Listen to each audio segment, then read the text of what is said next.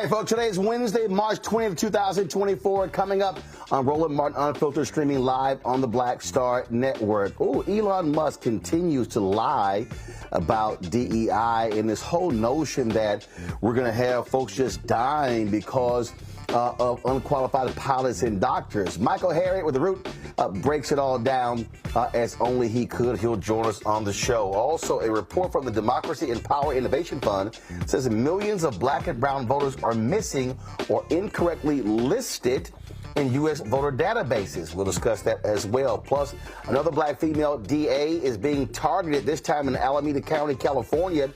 Pamela Price is facing a recall. She will join us on the show as well. Plus, Donald Trump gets the green light to appeal Georgia Judge Scott McAfee's decision to keep Fani Willis on his election case. Two former Mississippi white deputies get their prison sentences for the torture of two black men. We'll also recap last night's Netflix red carpet premiere of their new movie, Shirley, regarding Congresswoman Shirley Chisholm, starring Regina King. It is time to bring the funk on Roland Martin Unfiltered on the Black Star Network. Let's go. He's got it. Whatever the miss, he's on it. Whatever it is, he's got the scoop, the fact, the find. And when it breaks, he's right on time and it's rolling. Best believe he's knowing. Putting it down from sports to news to politics. With entertainment just for kicks, he's rolling. It's on go, roll, roll, y'all. It's Roland Martin, yeah. Rolling with Roland now. He's funky, he's fresh, he's real, the best, you know he's Roland Martin now.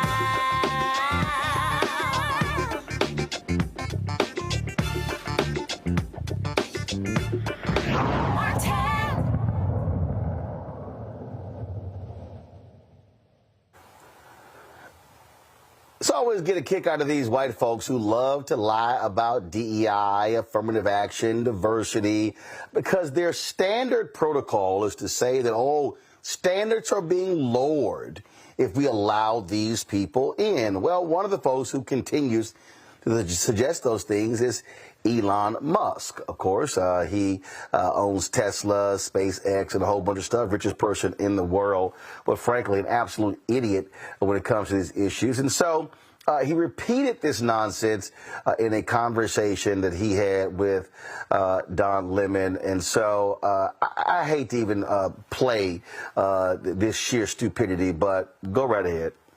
Listen, let's talk about diversity, equity, and inclusion. All right, that's been a target of yours lately on X. There was a repost of Ben Shapiro that you claim that DEI is killing people. Specifically, you point to medicine. You claim that DEI programs are putting people at risk.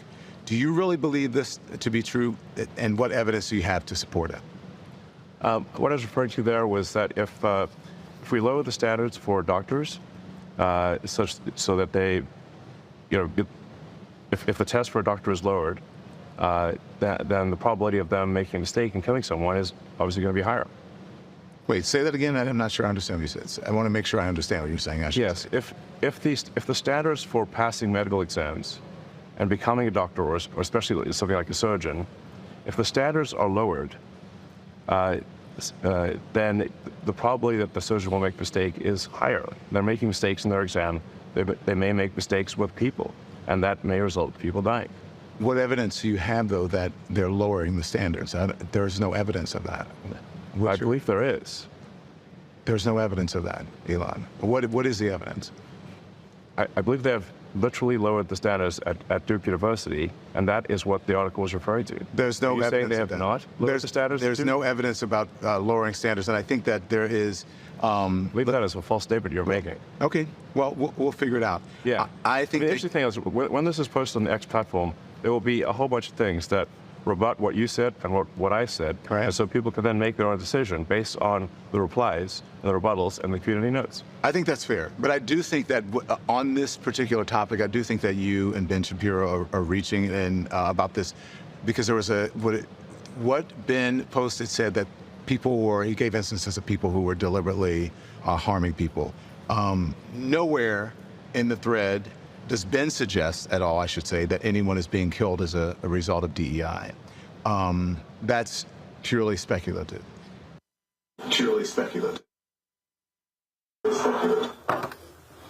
All right, so that was their back and forth. Michael Harriot with the Root Joneses right now. Michael, glad to have you on the show. So, first of all, this is beyond hilarious. And here's a piece that people need to understand. In the history of America, this is what white folks have always done. I don't care, take the area. White folks have all, racist white folks like Elon Musk, have always suggested, if we let them in, everything, quality is going down, standards are going down, we're going to hell in the handbasket if we let these folks in. He is simply following the footsteps of white supremacists, white nationalists in the long racist history of the United States. Yeah, he definitely is. Well, I always have to begin this conversation, first of all, by saying, I'm with theGrio, and that Elon Musk wouldn't be an American if not for the 1965 Immigration and Nationality Act. That was the result of the Civil Rights Movement. That was basically a diversity program. Like, he is an American because of diversity, equity, and inclusion program that was started by Black people in America. So we got, that's the foundation of how he even gets to say these things, right? Like, he's talking about he's a free speech advocate when he's part of the diversity program that we created. Second thing is, the insinuation and the conflation of, lower standards with diversity, equity, and inclusion is just something white people made up.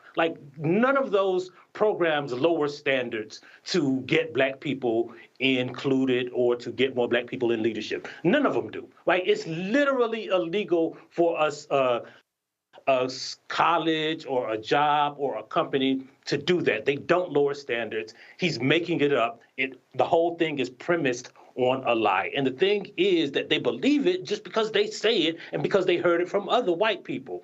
And that's the whole thing that you have to start with. And the thing here, Michael, the thing that we have to recognize is that they have in their mind all of these jobs are ours. So how dare any of you step into our area? We're smarter. We're better. When he was attacking pilots, he was saying, let's show these scores. And so Elon Musk, is using this to attack people. I remember I remember when, during Jim Crow, all these white folks at the University of Texas were concerned about Black people coming in. And the president, being the University of Texas, goes, don't worry about it. We have a secret weapon to deal with these Negroes. It's called standardized testing. They're not going to be able to pass the test.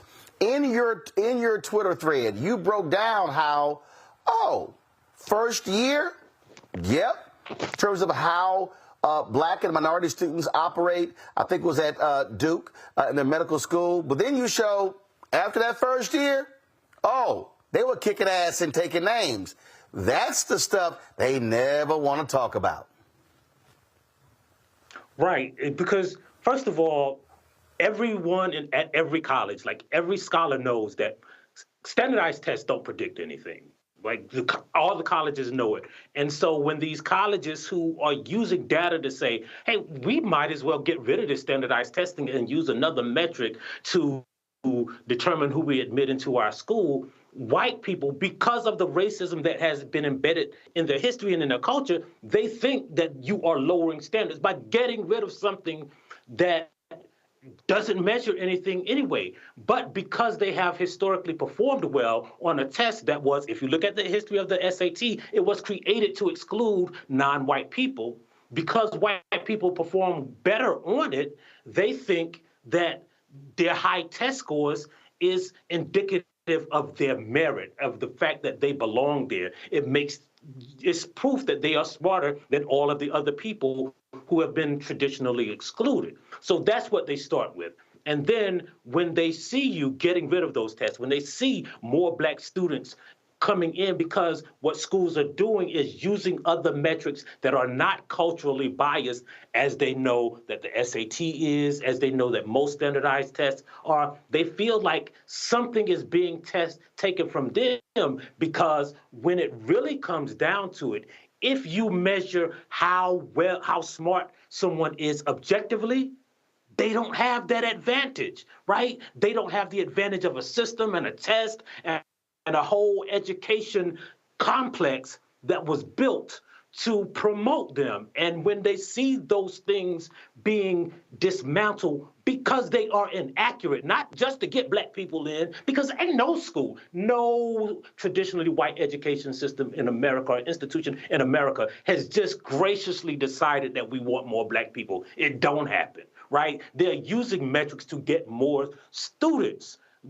better students in, because the college landscape is very competitive, right? And so when they use better metrics and the white people don't have the advantage that they used to, they think they're being discriminated against. And that's at the foundation of this entire argument. Well, Michael, I think about Mary Fisher, who sued the University of Texas. And when the case with the Supreme Court, what was discovered was, oh, you thought black and minority people took your spot.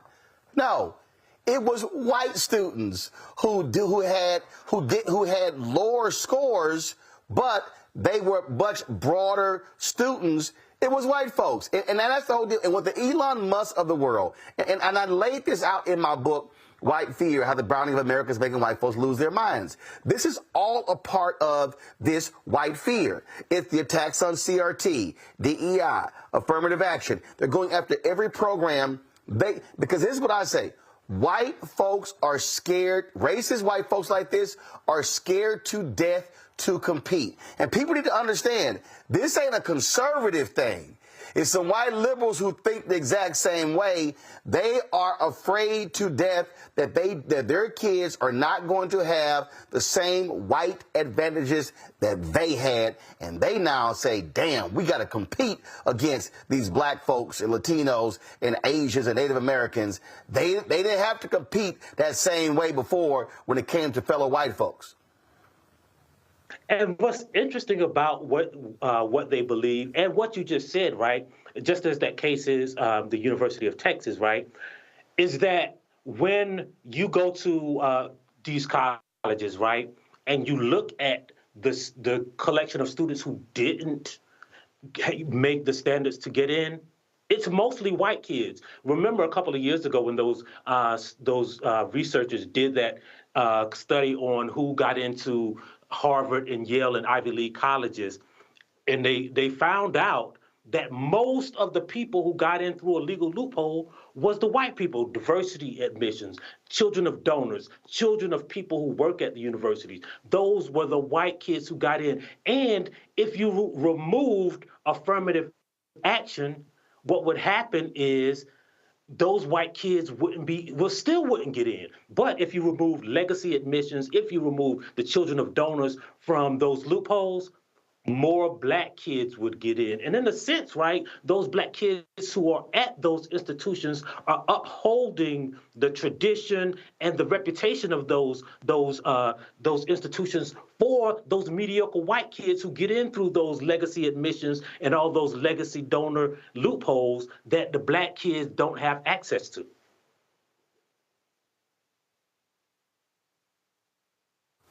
I'm going to bring in my panel right now. Scott Bolden, he, of course, lawyer there in Washington, D.C., joins us. Rebecca Carruthers, Vice President of Fair Elections, Senator out of D.C., Reverend Dr. Todd Yeary, pastor and attorney, former EVP of Rainbow Push Coalition out of Baltimore.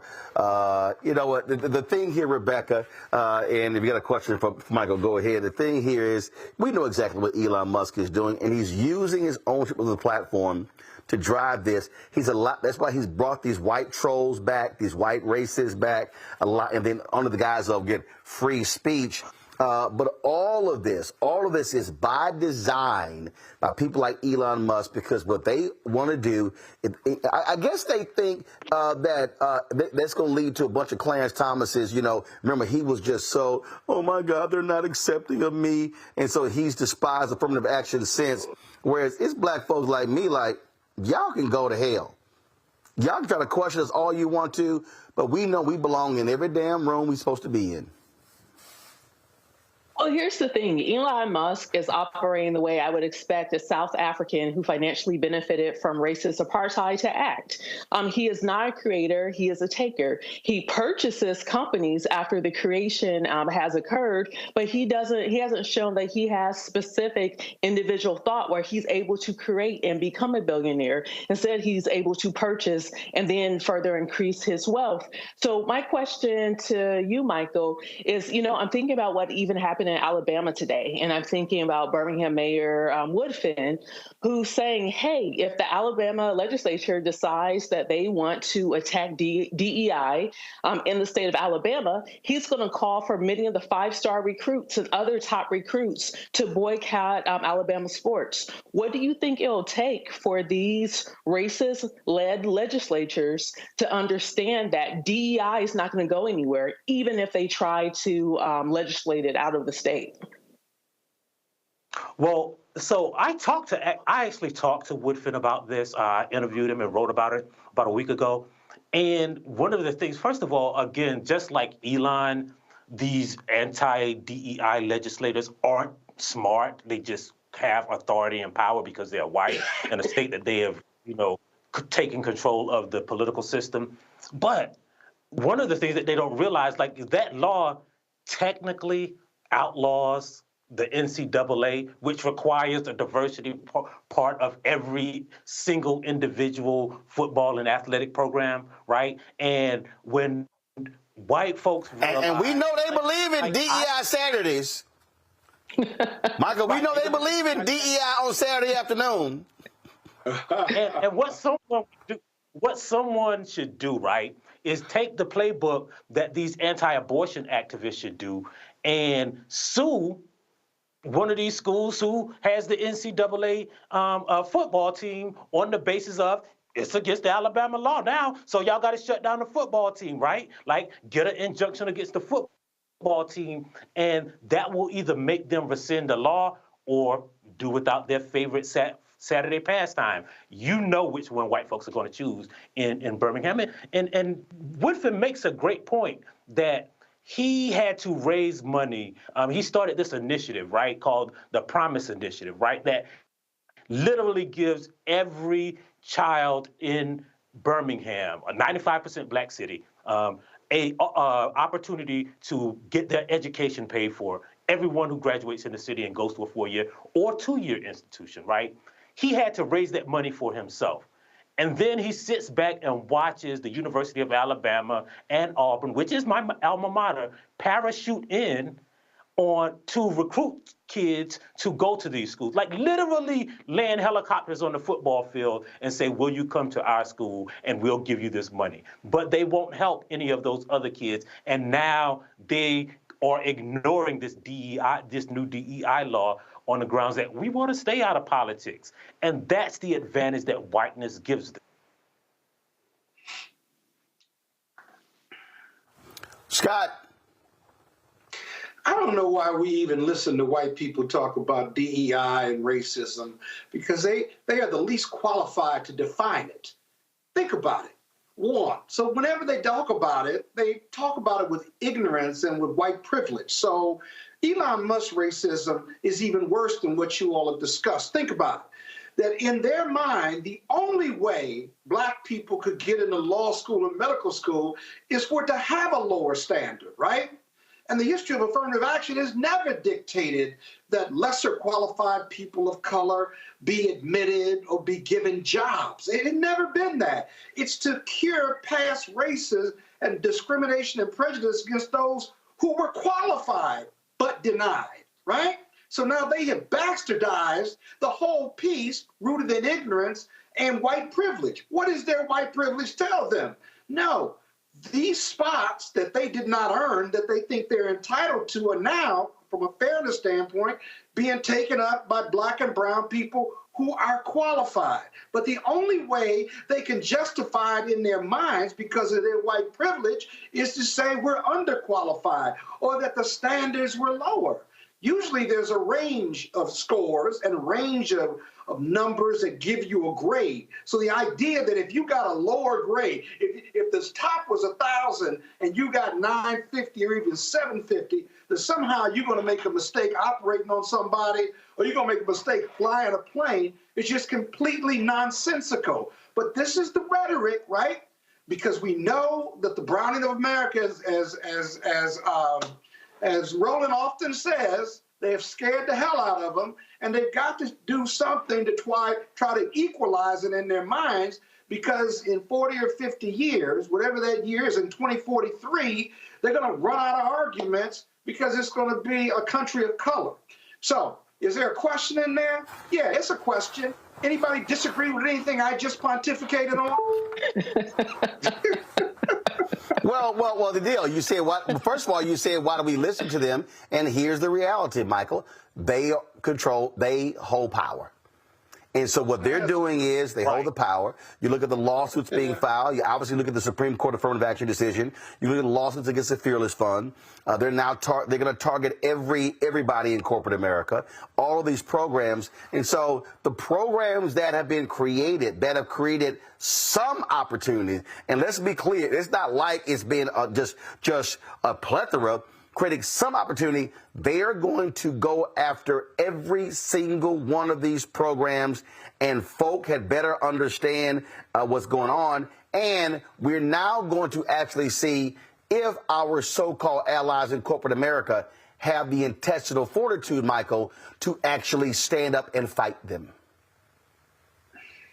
Yeah, and it's exactly what you guys said, because what we have to remember, first of all, is that these standards that we're talking about, right? Like, you never hear these people who are so concerned about the state of the education system crusading about why majority black schools are underfunded at about $2,226 less than majority white schools. They don't care about that. They don't care about the SAT being culturally biased. They don't care about schools in majority black neighborhoods having even smaller libraries. They don't care about the lack of the gap in access to internet. They don't care about any of that. It's only when they get to college or have to interact with white institutions do they think of these inequities, right? And they think of it in their favor. But the reality is, right, the truth is, like, the reason they listen to these people is not because power, Roland, and I hate to disagree with you, but it's just because they're white, right? Like Christopher Rufo, who started this whole CRT thing, he don't have no power. He don't have he's not educated. He's never spent a day being educated or experienced in the educational system. He literally has no credentials or nothing. No. So here's the thing. First of all, you're right. Michael, you're right. He does it, but you have conservatives who have supermajorities, Florida, Texas, Mississippi, Alabama, Tennessee, South Carolina, North Carolina, Arkansas, again, Texas. And so the Rufos of the world, they create the template. And look, he's already said it. He said point blank, what we do is we create these things in the conservative echo chamber. Then we drive it there. Then what we want to do is we now want to embarrass so-called liberals or mainstream media to force them to cover, and then boom, they're like, yo, we got them. I mean, I remember when he went on Joy and Reed show discussing the CRT, and people like, yo, man, Joy killed him, and I said, wasn't a good move. And nothing against Joy personally, but the reason I said it wasn't a good move, because what it did was exactly what Rufo wanted. He wanted it to infiltrate her program in MSNBC, and then all of a sudden you begin to see Washington Post, New York Times, LA Times, USA Today. Yeah. That's what their strategy is. We just have to understand when you're watching their strategy, to your point, like your lawsuit idea is a great one. But you got to have people who believe in this, who are progressive, and others who are equally understanding of strategy. We know what they're trying to do. Their whole deal is to, and he said it, we want to put everything under anything. You hear black, you hear minority, CRT, DEI, that's exactly what their strategy is. Yeah, I agree with that. I think part of their strategy, though, is premised on the fact that they're just listening to random white people. Like right. none of the DEI stuff comes from experienced people. It just comes from random white people. Todd? Let's talk about random white people for a minute, because I think that's at the core of the issue, that white paranoia has broken out due to white mediocrity. When we think about what has happened recently in the DEI space on the heels of UNC and the Harvard decisions, we have to remember that in the background is a Supreme Court that has been trying to find a creative way to undo Brown versus Board since it was a thing. And so we have a Bakke, we have a UNC, we have a Harvard, because they are intentionally dismantling the leveling of the playing field around inclusion, right? Because at the end of the day, to Scott's point, is that affirmative action is not a justification for a false inclusion of someone who's unqualified. It says once you have established that everybody in this pool is now qualified, you can use race as a mechanism to address historic racial inequities, right? It's not that we're hiring unqualified people. We're hiring equally qualified if you lower the baseline to include random white people. But if we were really doing it at the standard that black people do it, the standards would be much higher, and it's not even a competition. So, Michael, my question for you, in the midst of this litigation legislation moment, other than just kind of keeping up the strategy where we've always had to fight it out with the current court, 6-3, with state courts, and to Roland's point, he basically called out all of the states of the Confederacy, who lost, by the way. That's a historical fact. This replaying of kind of an old tape. What is the thing that we need to be paying attention to before we get, in the words of that Spike Lee joint, bamboozled again? Right. I think one of the things that, like, not necessarily assumptions that we have is when we get these victories, when we get an affirmative action into to colleges, when we get DEI policies, when we get an abortion law, when we get a voting rights act, we think we won when they never stopped trying to dismantle it, right? Like they never, like, their fight never ended, right? Even though we got the Voting Rights Act, they never stopped trying to stop black people from voting. And so I think, like, we have to realize that everything that we fight for is we have to keep continuing to make it a reality. And we can never assume that anything is a victory. It is just a step forward that we just have to lean on and make it closer to equality. Because in reality, right, like, there's nothing that we achieve that they won't try to dismantle. Right? So we have to simultaneously fight for progress while trying to maintain the advancements that we already made. And that's just the burden we have in this country. It's unfair, it's exhausting, but it's a thing that we have to realize. Well, and also what has to happen to close this out, we've got to stop having these so-called exceptional Negroes act like they're the only ones. If you are a black board member, we need you to do more than just simply pick up a check and you get stock options and help your family. If you're a black senior executive or even a CEO, we need you to do more. We need you to open that damn door and flood the zone like them white boys do. I mean, let's just be real clear. They hire who they want to hire. And it's stunning to me, and I've had conversations with black folks who become presidents of organizations and CEO, whether it's media companies or whether it's, pharmaceuticals or any other kind of company. It's like they get in there and it's like, I can't do too much. The hell you can't. The hell you can't. And I look at it like the NFL. The Tony Dungy coaching tree is significant. You begin to look at some other black coaches. That's what they do. I'll pull up in a second the brother who just got hired at the UCLA. Okay, he got 12 coaches on his staff, 10 of them black. That's what you. Listen, it ain't out of the norm for white. Huh? I'm saying Mike Tomlin is doing the same thing, right? Like, look at his quarterback room right now. Like, he got it's an all-black quarterback room, right? Yeah, well, no, that's his quarterback room. But, you know, Mike ain't had a great record of hiring black offensive and defensive coordinators, but that's another story. He is a Kappa. But here's the whole point here is, again... I knew you were. Stop. You got to do it. You can't do it. Can we get through one show without you effing with the Kappas, okay? Don't nobody say nothing about them alphas, okay? So let's just get through one show. Because you can't. But let me tell you this. If black people in senior C-level suites, if black people who are appointees in high levels in the government, if they don't bring others along as they go along, why the hell are they there? What use are they if they're not opening these doors? If they're just thinking about themselves and their family, got it, okay? But you don't share our values. See, I say this all the time to you, Roland. I'm voting for people and supporting people, whether it's politically or financially or charitably.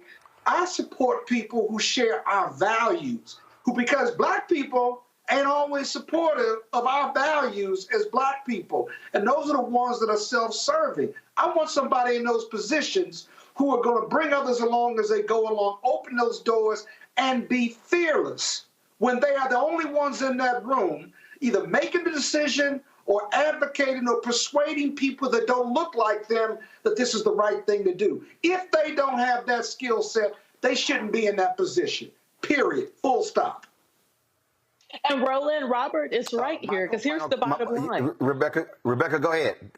Go ahead. Sorry, here's the bottom line, and Robert's very right here. When black folks are appointed or are elected and become CEO, they're only going to be there for a finite time anyway. So even the whole idea, I don't really want to rock the boat because I'm scared because I could be kicked out. Guess what? Your black behind is going to be kicked out at some point. So you might as well do the maximum benefit that you can for black folks while you have the position. This is America. And you're not going to have that position until you die.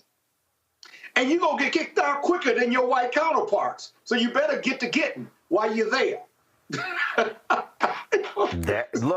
the... You'll get up for a year or two. Michael, final comment. Right. Michael, final comment. I think the bottom line is that, like, white folks need to stop with their tears and realize that there's something called facts and reality, and like no one's coming to take things from them, and all they got to do is just try to be excellent instead of mediocre, and they wouldn't have to worry about any of this. That's right. Fair enough. Well, I agree with you there. And just so y'all thought I was joking, this is the UCLA football coach. My man said Eric Bieniemy is on his team, and you see Deshaun Foster. That's the coach. Look at this here. Associate head coach, offensive coordinator brother. Got a Afro-Latino brother as offensive defensive line coach. A brother wide receiver coach. Got Rick Neuheisel's son as a tight end coach. Brian Norwood is another black coach. Cody Whitfield, Ted White, Tony Washington, Marcus Thomas. Malone,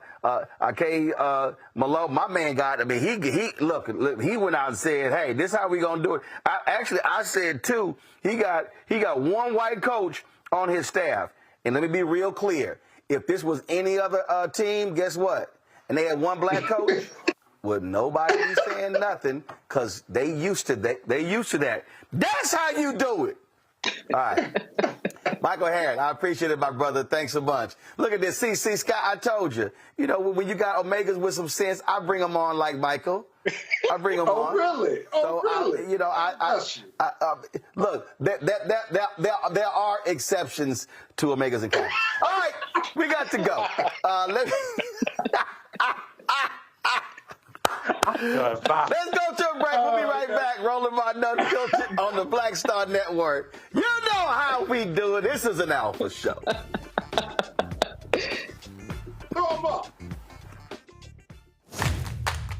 have something I want to tell you.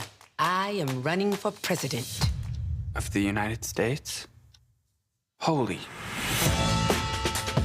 I'm paving the road for a lot of other people looking like me to get elected. Brooklyn's first black representative. You're about to make history. You want to be president? You ain't no man. Maybe we should find your mother. All you got is your one vote.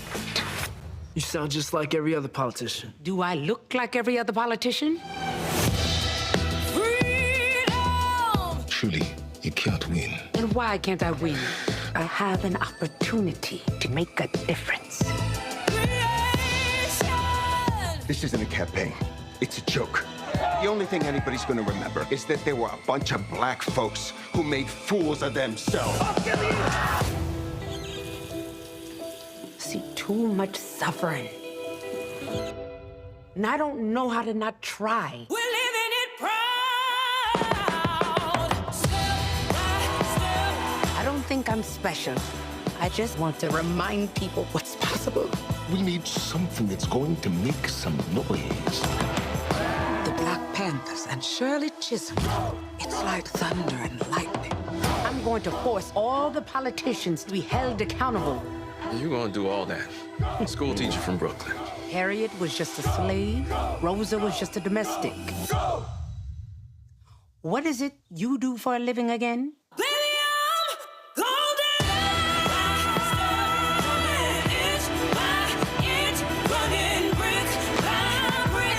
The people of America are watching us.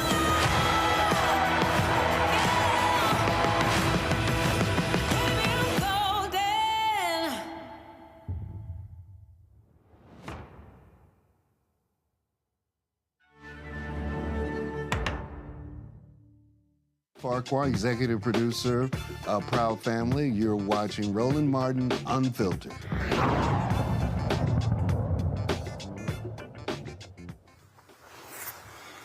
$25 million Black and Latino voters are missing or incorrectly listed on databases. This is according to a report from the Democracy and Power Innovation Fund.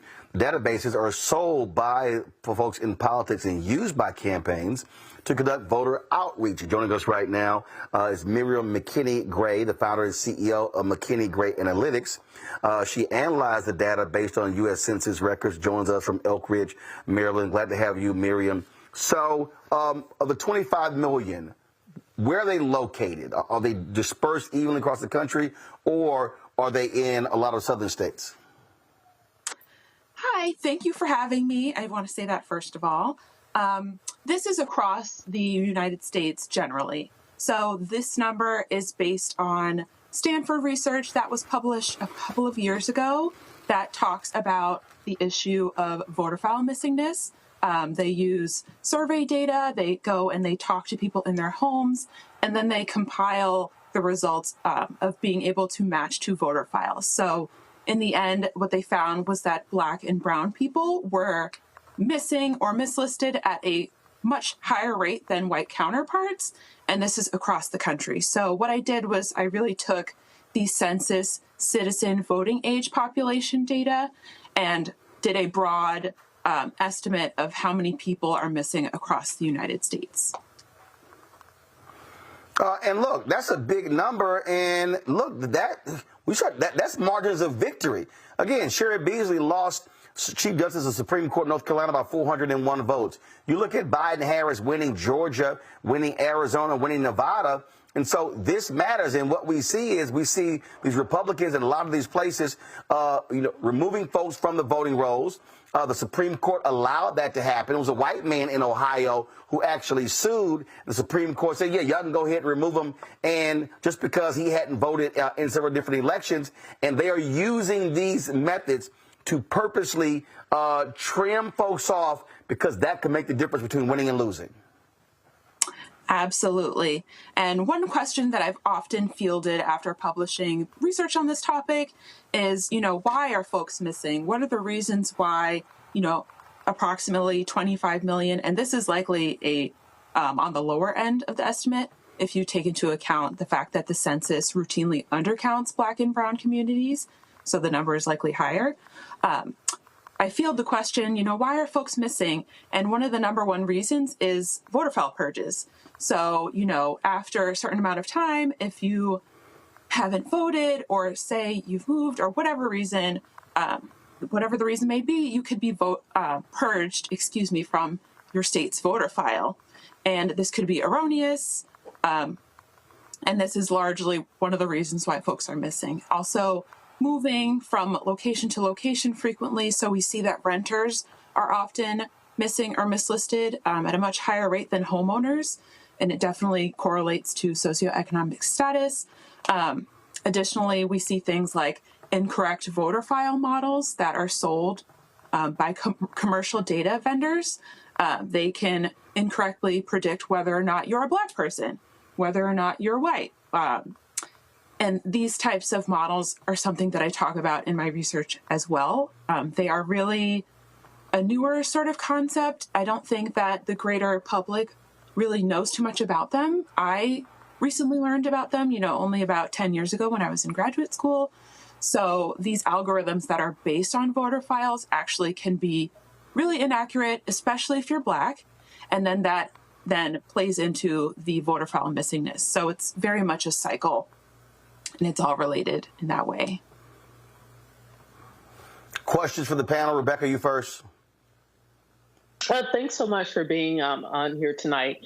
In my previous role, I've worked in campaigns for about 20 years, and I noticed around 2012 is when I started to see the predictability on race. And as you said, from working on the campaign side, I've often had access to that data. And the data on white people were accurate, but the data on Black people was wildly inaccurate. Latinos, it was a little bit more accurate because it looked at surnames. And then with Asian Americans, Pacific Islanders, it also looked at surnames as well. So my question for you, you show the data. There was a recent New York Times piece that talked about upwards 14 million Black voters have been left out from voting since the Shelby case. So that's been about 11-year buildup. So in your research, do you have possible solutions on how to reach out to this missing 25 million folks? Yes, definitely. I've talked about this topic with my colleagues for about 4 years now since I started my work with the DPI Fund, and we've come up with lots of different tactical solutions.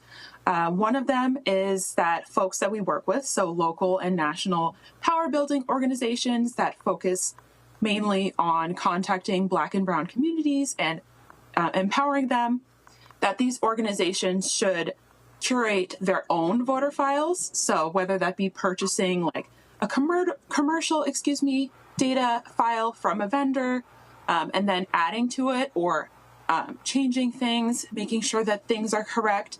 That is an option. Creating your own lists of people with demographic information, accurate address information, that is really important. We know each other and we have to build on the trust of our family and friends. That's really important. That's something that I advise. Another thing, which is related, would be lean into relational organizing rather than get out the vote based on a voter file.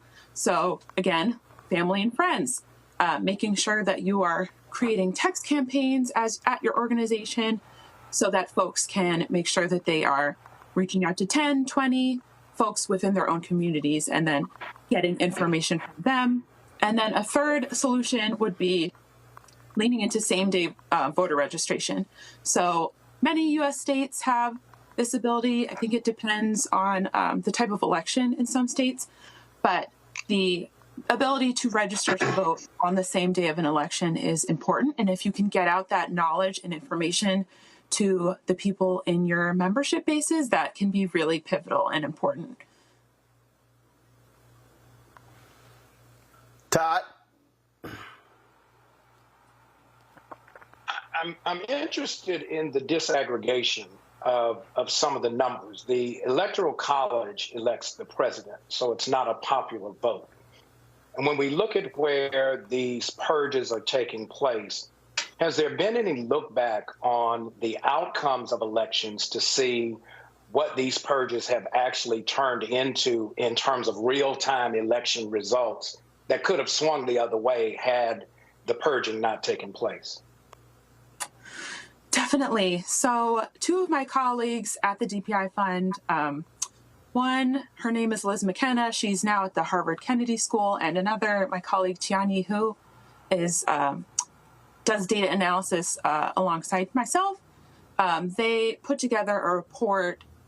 They've been working on it for a while, but I believe it recently published, where they looked at winning the Midwest. So recent elections that were happening in states like Michigan, Minnesota, and they looked at the voter file purges that actually happened over the past, I think it was at least 5 or 10 years.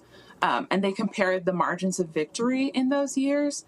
And it really is the case that these voter file purges are affecting elections, in my opinion, and that we would be winning more of them if these voter file purges were not happening. Like thousands of people, right? And then you compare it to how many votes won that election, either one way or the other, and it's those thousands. So this is really the topic that I think could make or break an election, especially this year. Scott? Yeah, thank you for being on. But the 25 million, the analysis can't end there. I mean, think about it. I understand the strategies for going after them, but if I'm purged from a voter roll and I'm a voter, I registered, then why is the onus on us to go back and get those voters? How come those 25 million voters aren't raising their hand or screaming or showing up to vote, and they're not on the roll and they're not registering again? I mean, aren't the 25 million missing people from the voter roll, aren't they partly responsible if they don't try to vote or fix what's wrong with them? I'm not blaming them, but I'm kind of partially blaming them. What's your analysis say about that? Yeah, that is a really good point. I've thought about that as well. I would say that mainly what has fueled me in continuing this research and when thinking about that question is the outrage I feel about how these systems, I feel, particularly circumvent marginalized communities, so Black and Brown people, and what it feels to be on purpose. So when you start to look into like issues of voter file missingness or vote propensity being so inaccurate for Black people, it feels like it's all done for a reason, and maybe it is. But I would say that, if you're a person who's missing from a voter file, it's likely that you're never going to be contacted by a traditional campaign or even maybe even a state-based campaign, right? They're not going to see you. They don't know where you live. They have no idea who you are. And so how would they ever be able to help you and give you some information? They wouldn't. And so with popular methods that currently exist in politics, yes, these millions of Black and Brown people are completely invisibilized, left in the dark. And while, like you said, as adults, it is partially our responsibility to maintain awareness of things going on, I would also say that the white people who aren't missing from voter files don't have to deal with this, right? They get sent mailers, they get called, they get people showing up to their houses, canvassers. They don't have to remember every little thing. People are showing up to their door to remind them. Yeah, so but white people get purged too. Are you saying white people don't get purged? I guess what I'm saying is that 25 million Black and Brown voters have to be affirming in some way, shape, or form. They've thought enough about voting to register, and now they get purged. They know about elections coming up. I mean, how come they're not voting or trying to re-register or doing something to effectuate being invisible voters? I want to share the responsibility because how come Black people aren't affirmatively trying to re-register or vote?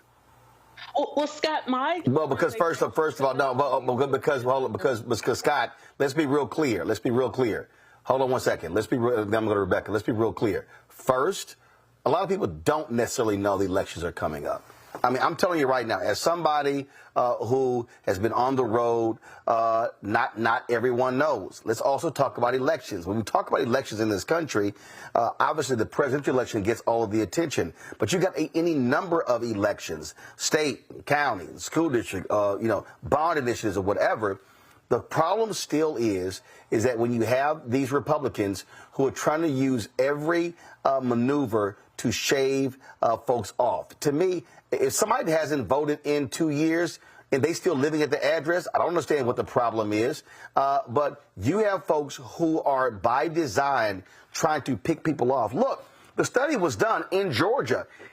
They broke it down. It was only, 4 or 5 people who were responsible for trying to challenge the voting registration of 20, 30, 40,000 people. And so they are passing laws that are letting these renegades do all they can to target people. That's a huge part of this problem. Rebecca, real quick before I go to break for my next guest.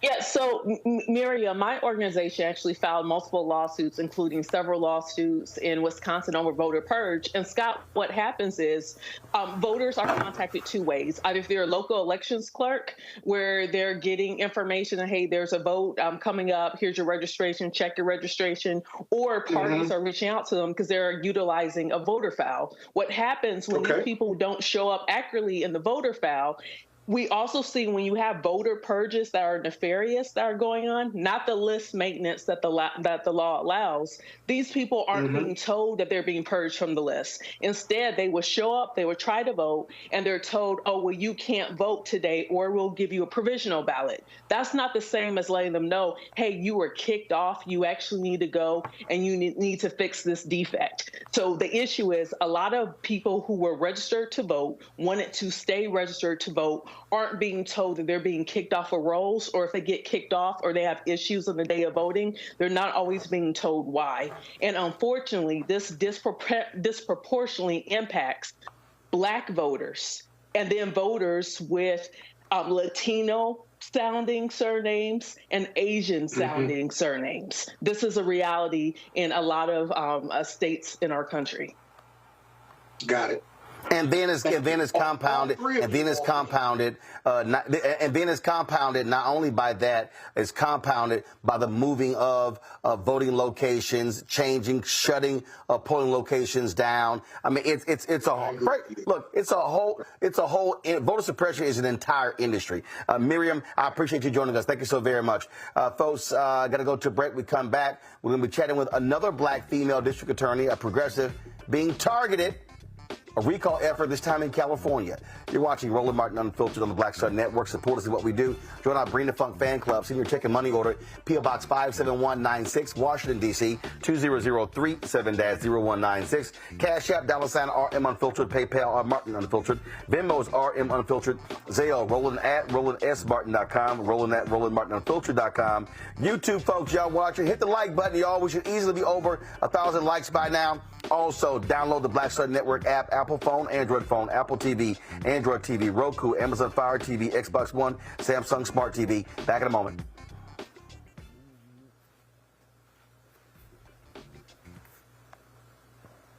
Janet actually called me, and she said, "You remember us having an argument in the studio, whatever, whatever?" And I said, "No, not really, because we never argued in the studio."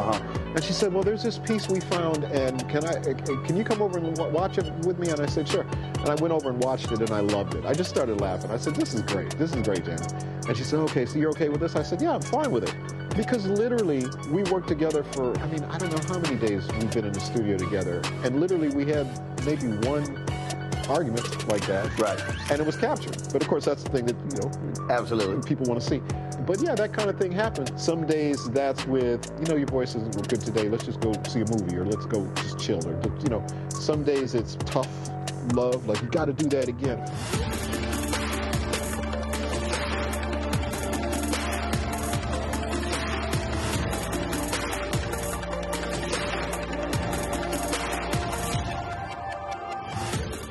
Sherry Shepard, and you know what you're watching, Roland Martin Unfiltered.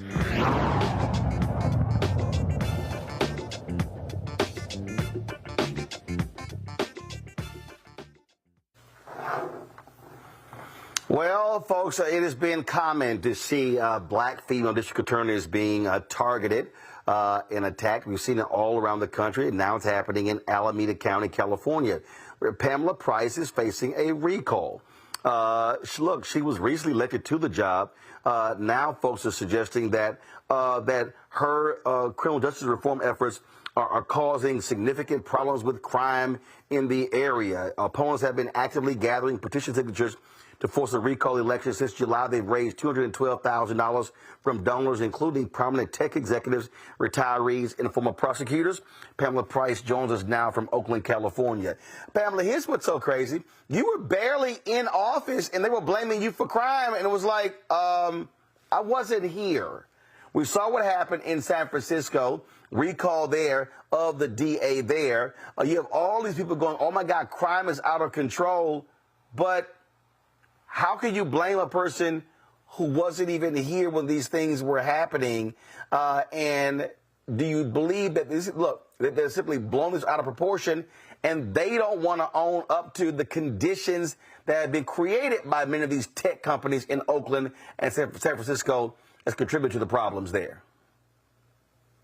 Clearly, what has inspired the attacks against me is politics. It was a political attack against progressives and particularly progressive district attorneys. And certainly as a black woman, I have experienced it at the most extreme level. But it's not an accident. It's very intentional.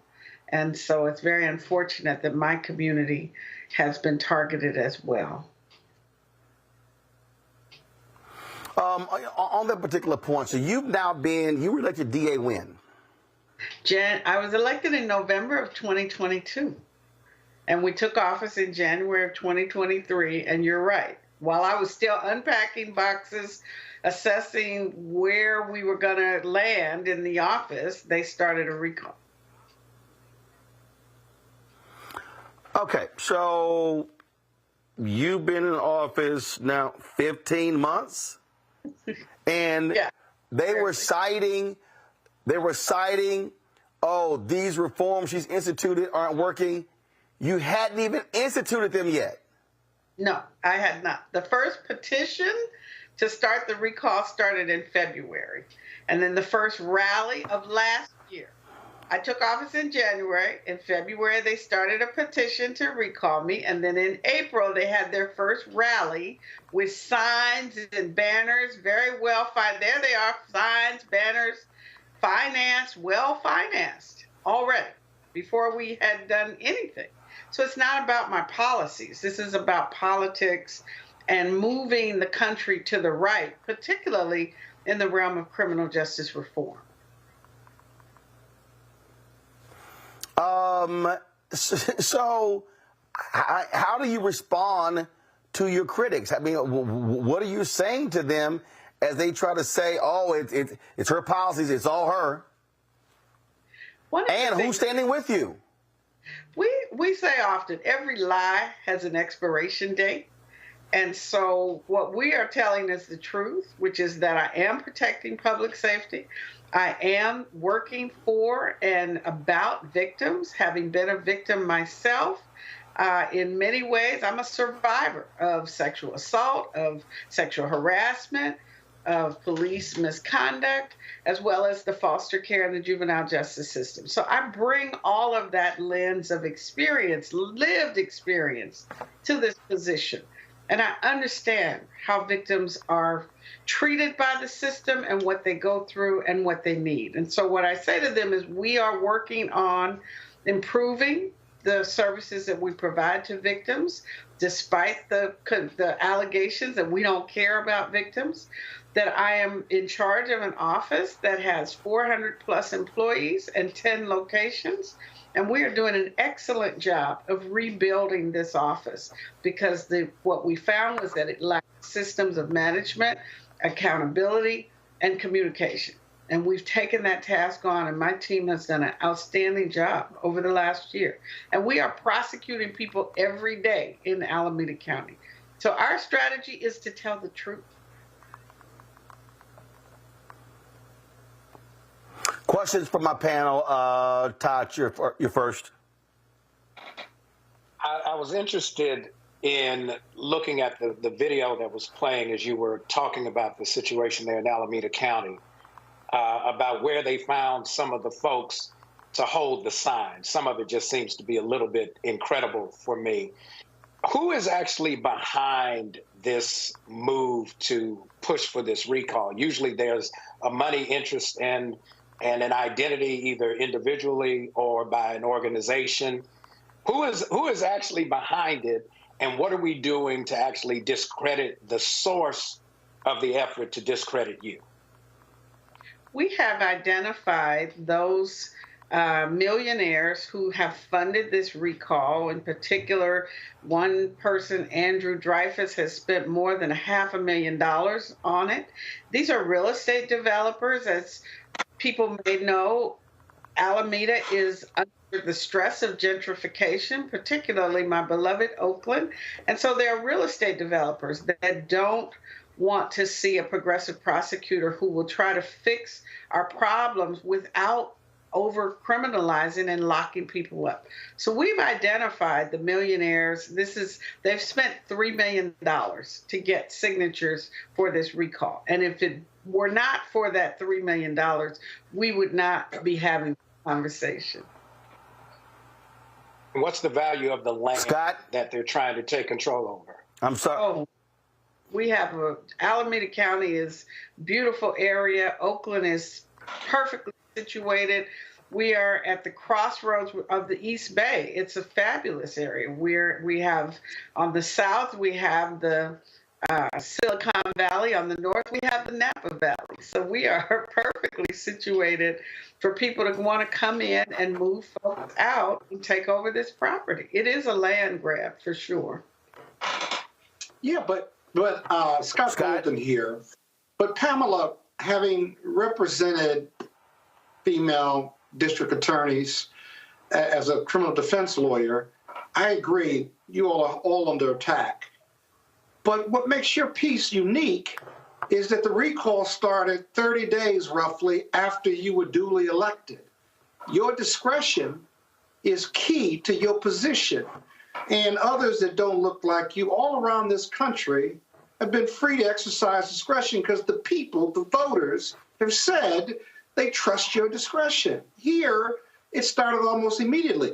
I understand what you're saying about the tech people and the real estate people, but they're not even in your bailiwick. They're businesses, of course, but you've only been in office about a year.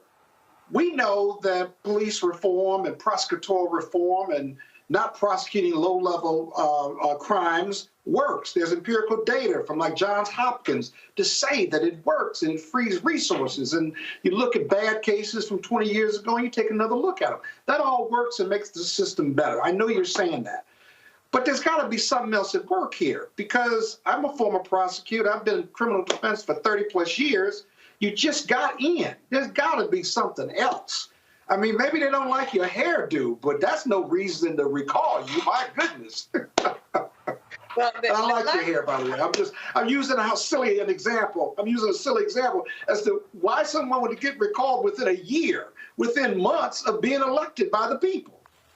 Yeah, they liked my hair well enough to elect me to this position. Right, right. I am the first non-appointed district attorney in Alameda in 100 years, since Earl Warren left. And you are absolutely right. Before I was elected... Whoa. I'm sorry. Hello. I'm sorry, Pamela. Repeat that again. I am the first non-appointed district attorney in Alameda County in 100 years. So, so basically, the powers that be in Alameda County did not pick you. The people did. That's exactly right. The people elected me. It's the first time we actually had a choice where the incumbent was not on the ballot since 1938. And before that, Earl Warren was appointed in 1925. It was an open election, Roland. They've just been appointed by our Board of Supervisors. And before I was elected, nobody was questioning what the district attorney was doing, what her policies were, what the practice was, who was being hired. None of that was even reviewed, much less challenged in the way that I have been. Wow. Wow. So where does this recall effort stand? Where does it? So is what? How many signatures do they have to gather to trigger an actual recall election? So the problem in Alameda County, we have a charter, and it's not a problem. Our charter is the law of our county. The charter has one number. The state law has another number. So when this started, the charter was the law, but the Board of Supervisors and the county knew, because no one had ever done this before, that the charter had problems. They weren't going to be able to comply with the charter. And so they started picking and choosing what parts of the charter they liked and what parts of the state law they liked. So they picked the part of the charter that said they needed 73,000 signatures. The charter also says that those signatures should be gathered by people who vote, are registered voters in Alameda County. They decided they didn't have to follow that part. The charter also says that the registrar has to count the ballots, the signatures, and verify the signatures within 10 days. They decided they didn't have to follow that part. So we are beyond the 10 days. We don't have, the only law that we have right now is the charter, but they're not following the charter. They're picking and choosing pieces from the state law. All right, then. Well, we'll keep monitoring and see what happens there. Keep up the fight, as I'm sure you will. We will protect the win. And if folks want to help us, we're contemplating legal action based on what we're experiencing. Please go to protectthewin.org and check it out and donate if you can. Thank you so much for having me. Protectthewin.org. Pamela Price, we appreciate it. Thanks a lot. Thank you. Take care. Bye. Former Mississippi cops, racists, they get their sentence. One of them is going to spend a long time in jail, hoping not to drop the soap. I'll tell you about it when we come back. Roland Martin Unfiltered on the Black Star Network. I have something I want to tell you. I am running for president. Of the United States? Holy. I'm paving the road for a lot of other people looking like me to get elected. Brooklyn's first black representative. You're about to make history. You want to be president? You ain't no man. Maybe we should find your mother. All you got is your one vote. You sound just like every other politician. Do I look like every other politician? Truly, you can't win. And why can't I win? I have an opportunity to make a difference. This isn't a campaign. It's a joke. The only thing anybody's going to remember is that there were a bunch of black folks who made fools of themselves. See too much suffering. And I don't know how to not try. We're living it proud.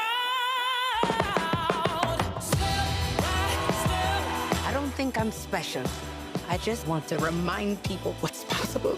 We need something that's going to make some noise. The Black Panthers and Shirley Chisholm. It's like thunder and lightning. I'm going to force all the politicians to be held accountable. You're gonna do all that. School teacher from Brooklyn. Harriot was just a slave. Rosa was just a domestic. What is it you do for a living again?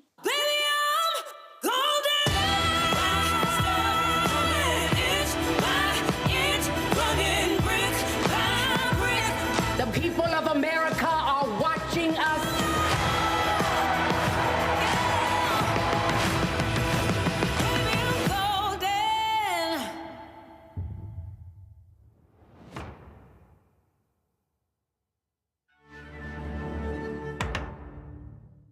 Hey, it's John Murray, the executive producer of the new Sherry Shepherd Talk Show. You're watching Roland Martin Unfiltered.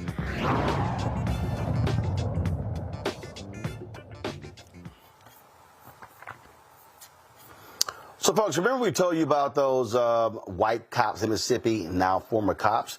who viciously tortured 2 black men. Well, 2 more learned their fate today in a federal courtroom. Daniel Opdyke was sentenced to 17 and a half years in prison for the January 2023 racially motivated torture and sexual assault of Michael Jenkins and Eddie Parker, as well as a subsequent plan to cover up their crimes. Opdyke cried during the sentencing and said that his time in prison so far has helped him reflect on how I transformed into the monster I became that night. Christian Dedman will spend 40 years in prison for his role in torturing Jenkins and Parker. Former Rankin County Sheriff's Deputy Brett McAlpin and former Richland police officer Joshua Hartfield will be sentenced on Thursday. Hunter L. Ward and Jeffrey Middleton were sentenced on Tuesday to 17 and a half and 20 years in prison. You know what, Todd, if I had to play a song right now, it'd probably be my homeboy from Houston, Scarface. No tears. Yeah, it's hard to muster up a little bit of concern when, quite honestly, the sentence should include not only time but experience. Let the same thing be done unto you that you did unto others. That's called the law of reciprocity. But since they've been spared that, now they get to come away with this all of a sudden redemptive response that says, oh, I can now see the error of my ways. It's amazing what getting caught does to make you see the error of your ways. But the truth of the matter is that there's a system that enabled this behavior all the way up to the point that they were actually caught. And so we have to go back and not just find a bit of satisfaction in their sentencing, but some motivation to go back and change the system that allowed it to flourish and fester until it got to this point. We've got more work to do. Scott, I ain't trying to hear a damn thing from these racist bastards. Yeah, 2 points I want to make. This goon squad, they were especially inhumane. They not only sodomized and beat and shot and other things to these 2 black men, but they had a reputation. They did this to a white motorist before they even did this to these 2 black men in this house who were allegedly living with a white woman. This is like something out of a movie. I mean, this is just pure evil. That's the first thing. Second thing is, Todd is right. The sheriff, this goon squad, the sheriff knew about this goon squad. Everybody on the force knew about this goon squad because you can't have a name like goon squad without it being known. And so talking about the festering and the system, this comes from leadership. Because if leadership knows about it and tolerates it, then leadership needs to go. The sheriff of this county or this police department, the lead, right, he's still there, and he can only say they went rogue. They didn't go rogue. They went inhumane. I mean, it's just beyond just police brutality. If you can get beyond police brutality, they really did a number on these 2 black cats, as well as a white motorist. How often do you see facts like that with these 4 or 5 really bad cops that were allowed to stay on the force under the name of goon squad? And so that's the problem with local and federal police departments. The leadership at the top does not keep their own people accountable. Then they come in when something goes wrong like this, very wrong. Then they want to do cleanup, Band-Aid, and keep their jobs. The problem is, if you tolerate bad apples, you are as bad of an apple if you tolerate it as the bad apples that maimed and killed and brutalized innocent citizens. Full stop. You know, Rebecca, what amazes me is to listen to these folks, these sheriffs and others. Oh, we were just unaware of these things. Man, cut this crap out. That's bullshit. First of all, we are not talking about major cities. We're talking about small towns. They knew about these goons. They knew about these thugs. And so I'm not buying none of that crap. None of it. Not at all. Not at all. Over and over, Rebecca? Constantly say, oh, it's just a few bad apples. But here's the thing. I'm convinced each time that we cover stories like these is that anytime you have an inherently racist institution, that was created post-slavery to make sure the newly freed Black folks were under heel, or to force these newly freed Black folks back into indentured servitude, aka sharecropping. And then when we saw the rise in prisons as a way to have free labor through the 13th Amendment, the more I'm convinced these are racist institutions. So I don't even think a racist institution, the way we're seeing the outcome with many law enforcement agencies in this country, I don't see how there is reform. So, you know, when George Floyd happened, there were many folks who were up in arms saying defund the police. And a lot of people who were dealing with respectability politics said, well, no, we need police. Do we? Before we had this modern day law enforcement agencies that do very anti-Black things, we had Pinkertons, we had detectives. Those were people who actually solved crime. Instead, we're seeing state-funded and state-allowed terrorism on Black people in this country that unfortunately is happening at the hands of law enforcement. So at some point, we have to figure out with whether or not if this is working for us. And it's very clear each time we cover stories like this, that this status quo is not working for us. Not just not working for Black folks, but it's not working in this country.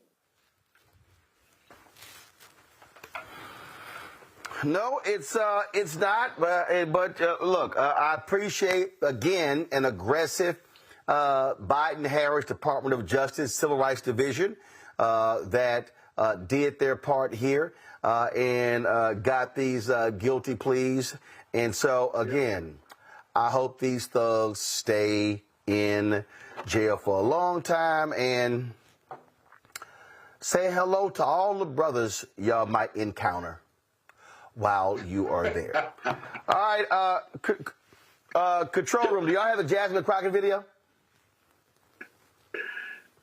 All right, y'all, earlier today, this is our last story, today on Capitol Hill, they had another one of those stupid impeachment discussions that hasn't gone anywhere.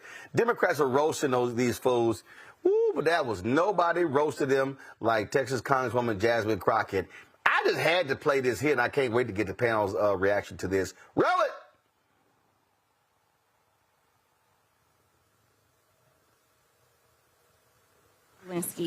Do you know who Elections LLC is?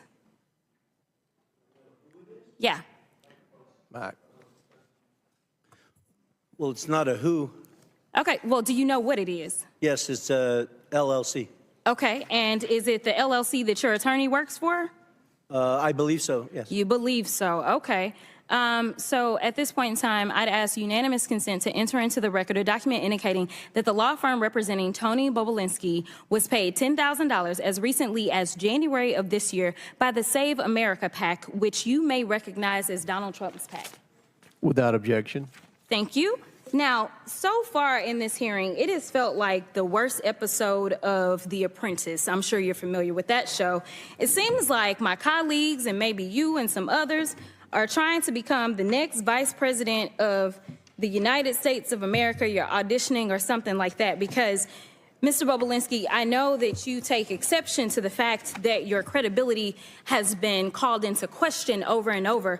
But when someone comes to testify under oath, whether it's before this committee, behind closed doors, or in person, then we have to evaluate someone's credibility. And sir, I definitely have always had issues with your credibility, as I know that you are very well aware of. So let me remind you of what happened behind closed doors. Well, you should ask O'Connor about my credibility. I haven't asked you a question. Okay? You are? When I haven't. So when I ask you a question, that's when you answer. Otherwise, I'm talking. So, excuse me? With my time, because it's my time, I want to be clear that when we were behind closed doors, you called a number of people liars. You called the Wall Street Journal liars. You called Cassidy Hutchinson a liar. You called the FBI a liar. You called Rob Walker a liar. You called James Gilliar a liar. You called Hunter Biden a liar. You called Jim Biden a liar. And just today, you added to your list, you called my colleague, Congressman Mr. Goldman, a liar as well. It seems like, according to you, the only person that's telling the truth is you and everyone else is lying. But I want to move on to something else. Is that a question? It's not a question. Oh, okay. You'll know when I ask you a question, I promise. Thank you. So the other thing that I want to talk about is the fact that my colleague from the other side of the aisle talked about the company that we keep. And she wanted to go through a list of people that she felt like were bad company, because right now the majority has been relying upon the testimony of someone who's currently sitting in federal prison. And we know that your company is the company of somebody who's been found liable of fraud, as well as defamation, as well as sexual assault, and for whatever reason can't pay his bills at this point in time. But I'm going to ask Mr. Parnas, so this is a question to him. Are you aware if Trump had any associates that have been found guilty of anything?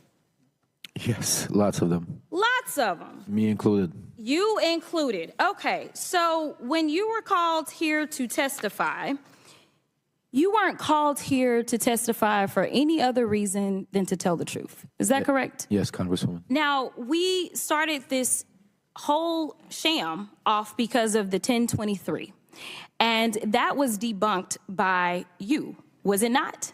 Yes, Congresswoman. Way before we started this impeachment inquiry. And you mentioned a number of times this guy by the name of Rudy Giuliani. Yes.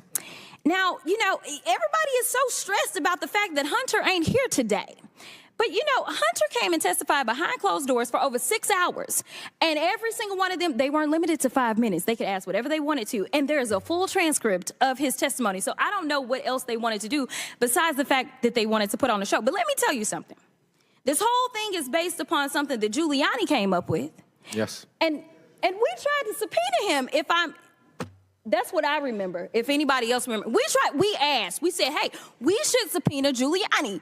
But, you know, kind of like when we were trying to get his cell phone, they shut it down, right? Like, they don't want the facts. But you would agree with me that considering the fact that you were working under Rudy Giuliani at the time that you went over to Ukraine, that he has maybe some valuable information that he could offer this committee as to whether or not there's anything that we should be investigating in the first place. Absolutely, Congresswoman. I wish that this committee would subpoena Rudy Giuliani, put him under oath alongside me to get to the bottom of the truth of what actually happened in Ukraine and to the manipulation that Trump and Giuliani and the team went to do.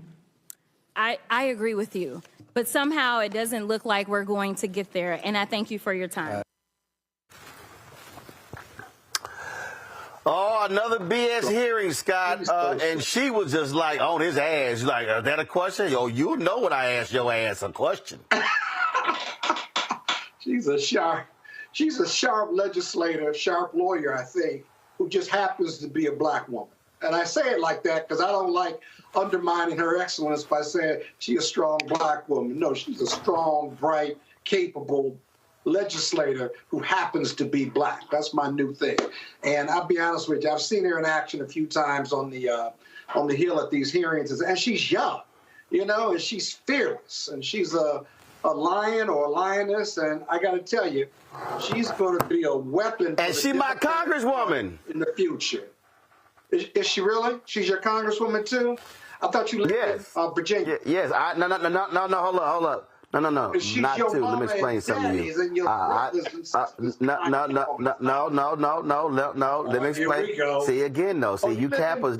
See you uninformed Kappas. Is that what you say? You uninformed Kappas. Let me listen. You uninformed Kappa. Listen to me. Let me explain something to you. Texas has a homestead law. So my home there is my homestead. I am still registered. See right there. See what happened? You ain't informed because you Kappas have limited knowledge of America. Rebecca, what you saw there was you saw her checking him, Rebecca, and he tried to get a little froggy. She's like, all right, don't jump.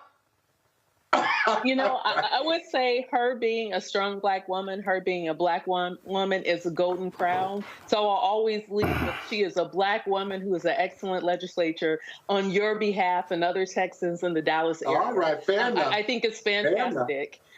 You know, I really like seeing how she's evolving on the national scale. And when people talk about what is the future specifically of the Democratic Party, we are looking in real time at the future of the Democratic Party. One thing that I appreciate about Congresswoman Crockett is that even though she is a part of the Democratic Party and the apparatus, she also leads with Black values, and I think that's important. Don't just be elected to Congress as a Black woman, as a Black legislature, but also make sure that you are leading with Black values that brings the entire community along. So I appreciate watching her in action. Todd? It was reminiscent of what I've seen my mama do in the house many a time. Let me assure you that if you dare come the wrong way, mama has a can of whoop ass right here by the side. And she's going to keep her curls in place. She's not going to lose her dignity. But when it's all said and done, if you decide you want to talk back to me, you will know when I ask you a question when I'm done talking. That is classic out of the playbook of Black excellence called Mama. Kudos to Congresswoman Crockett, and I like the fact that she got Lev to say, I want Rudy to come sit next to me too. At the end of the day, Mama Wit will ruin all of your hustle and make everybody look like blithering idiots, and not one person that I heard from that clip came back. Hey, Todd, the only thing she left out was absolutely. So bring a switch with you. That part. Bring that switch. Well, we only reserve that for unruly cappers. All right, Todd, Rebecca, Lil Capper, Scott Bolden. Go right ahead. We'll appreciate. Say my name. Say my name. What? Aloysius. Aloysius. Say my name. Yeah, Aloysius. Your driver's license. Well, first of all, what was your? Oh, see, look at that. Look, you got Todd throwing the ice up. So you got Rebecca over there. Rebecca, ain't you AK? Yes, I am. First Sam. All right, we got. Oh God. We got Scott, and we got Scott over there dropping canes, or shitting, whatever the hell y'all do these days. Shitting now. I don't know what y'all do. I don't know what the hell y'all do. I don't know what the hell y'all do. So y'all do whatever. We don't care. All right, that's it, y'all. Yeah, we don't. Just close the show out now. You got to talk about the Capitals. Just close the show out because I got something to go do. See, let me hold on. Let me pull up my iPad. He's about to. Let me find it. I've got to go. We don't have time for this, Roland. Roland, you can tell us about giving your driver's license in Texas. You can talk more about that.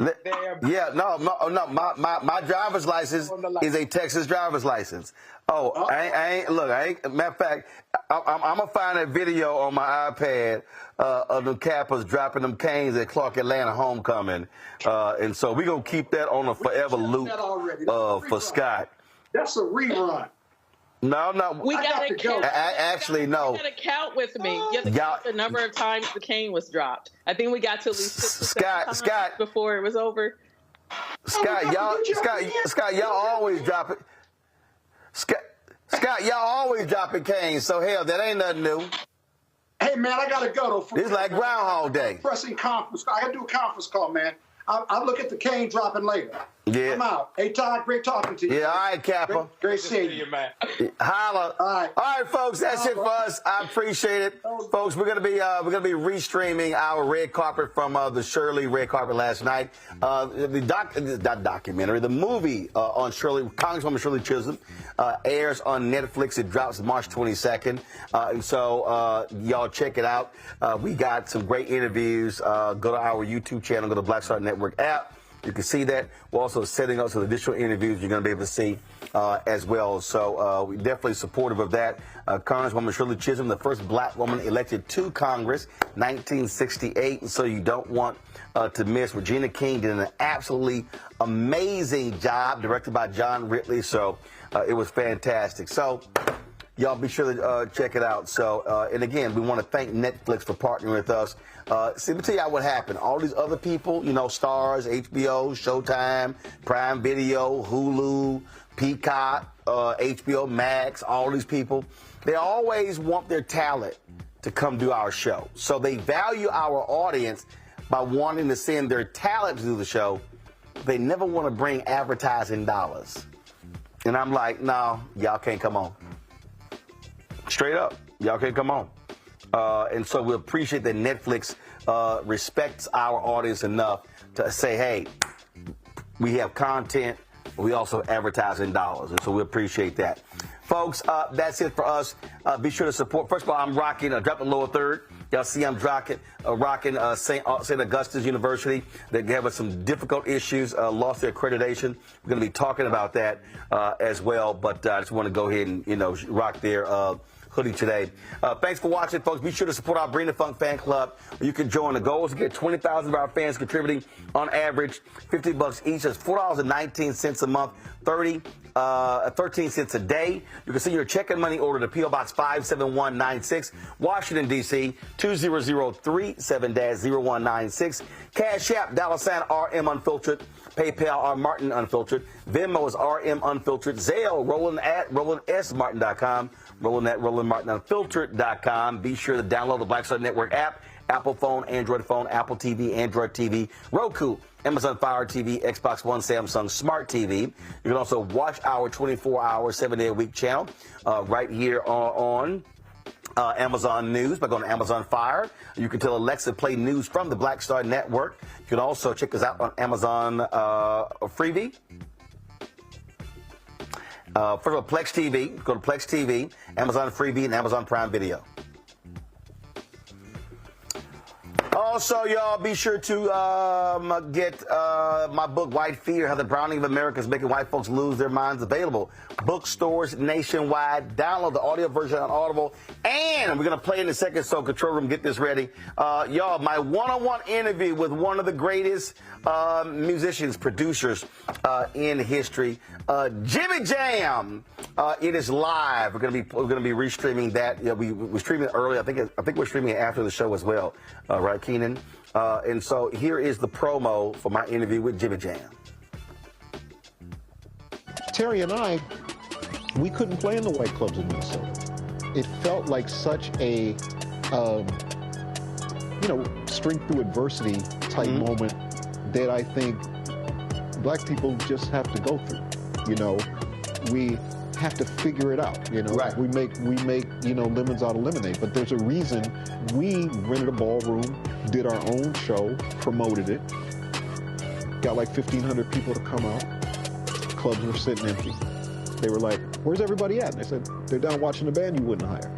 So it taught us not only that we had the talent of musicians, but we also had to have the talent of entrepreneurship.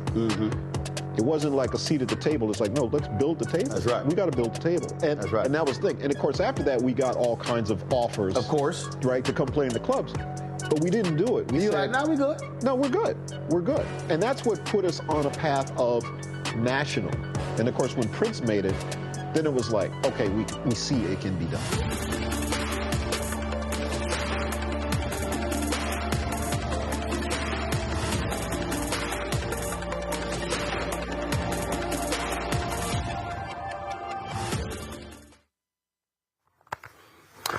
Folks, so be sure to check that out. My conversation with Jimmy Jam. That's it. I'll see y'all tomorrow. Right here. Roland Martin Unfiltered on the Black Star Network. Holla! Black Star Network is here. Oh, no punch! I'm real revolutionary right now. Thank you for being the voice of Black America. All momentum we have now, we have to keep this going. The video looks phenomenal. See, there's a difference between Black Star Network and black-owned media and something like CNN. You can't be black-owned media and be scared. It's time to be smart. Bring your eyeballs home. You dig?